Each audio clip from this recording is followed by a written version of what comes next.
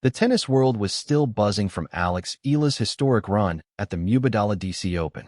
A 21-year-old from the Philippines had just defeated Olympic gold medalist Zheng Qinwen, defending champion Leylah Fernandez, world number 10 Alina Svitolina, and four-time Grand Slam champion Naomi Osaka to reach her first WTA 500 final.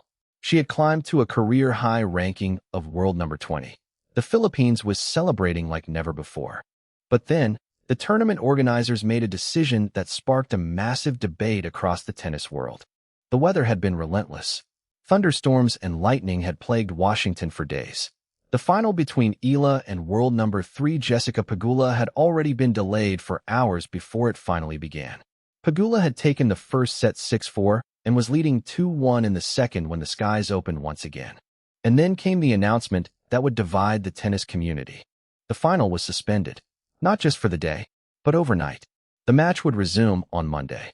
The decision sparked a firestorm of debate. Was it the right call to suspend the match with Eala serving and momentum potentially shifting? Was player safety being prioritized? Or was the tournament prioritizing logistics over the flow of the match? Fans took to social media. Players weighed in. Analysts debated.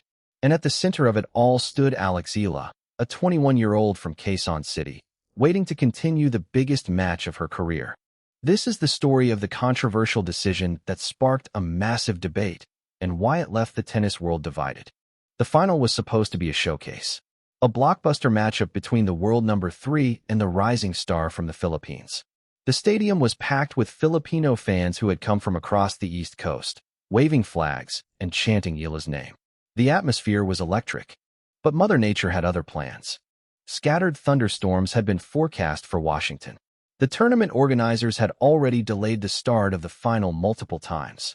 Originally scheduled to begin at noon, the players didn't step onto the court until approximately 3 p.m. The rain had finally stopped. The courts were dry. The match could begin. The tennis world breathed a collective sigh of relief. The final was underway. But then, midway through the second set, the skies opened again. Heavy rain poured down. Lightning flashed in the distance. The players were forced off the court. The tournament staff scrambled to cover the court. The fans huddled under umbrellas. The wait began. And the wait continued.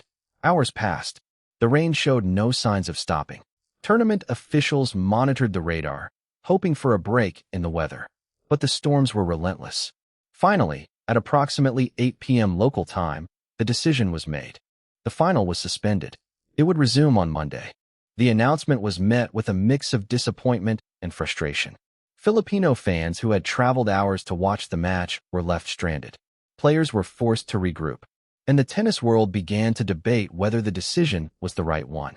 The suspension of the final sparked an immediate and passionate debate across the tennis community. On one side of the debate were those who defended the tournament organizers. Player safety, they argued, must always come first. Lightning is dangerous. Playing through thunderstorms is not an option. The decision to suspend the match was the only responsible choice. The WTA's rules are clear. Matches cannot be played in dangerous weather conditions. On the other side of the debate were those who questioned the timing of the suspension.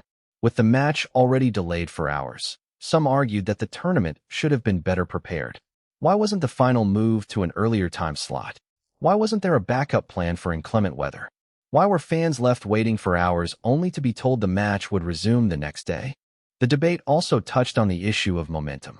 Pegula had taken the first set and was leading 2-1 in the second when the rain came.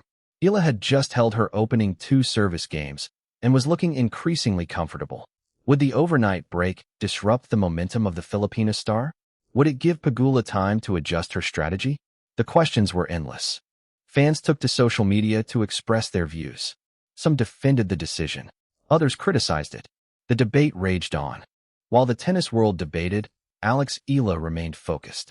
The 21-year-old Filipina had already proven that she could handle adversity. She had beaten 4 top 10 opponents in a single week.